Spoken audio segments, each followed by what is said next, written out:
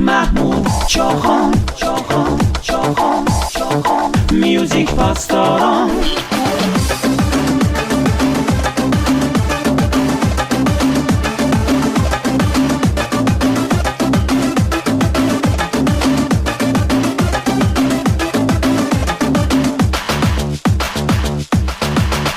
ای سید علی گیج کردی تو همه بسیجی ها رو، بگو چی کار کنیم وضع نظام نرخ دلار رو. آخه مجلس این یا جای مشتی آش و لاشه، نگو هیچی که دولتم داره میپاشه.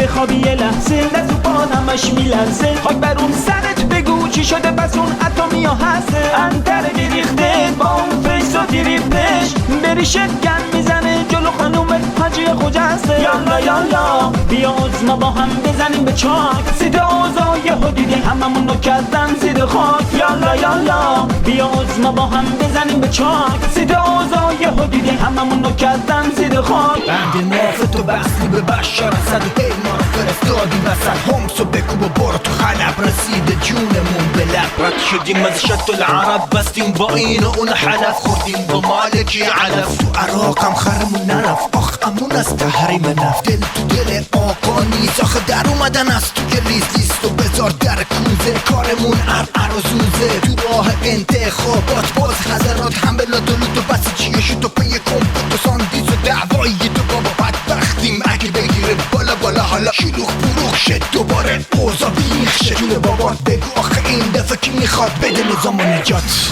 یالا یالا بیا ما با هم بزنیم به چاک، سید اوزای حدودی هممون رو کردن زیر خاک. یالا یالا بیا ما با هم بزنیم به چاک، سید اوزای حدودی هممون رو کردن زیر خاک.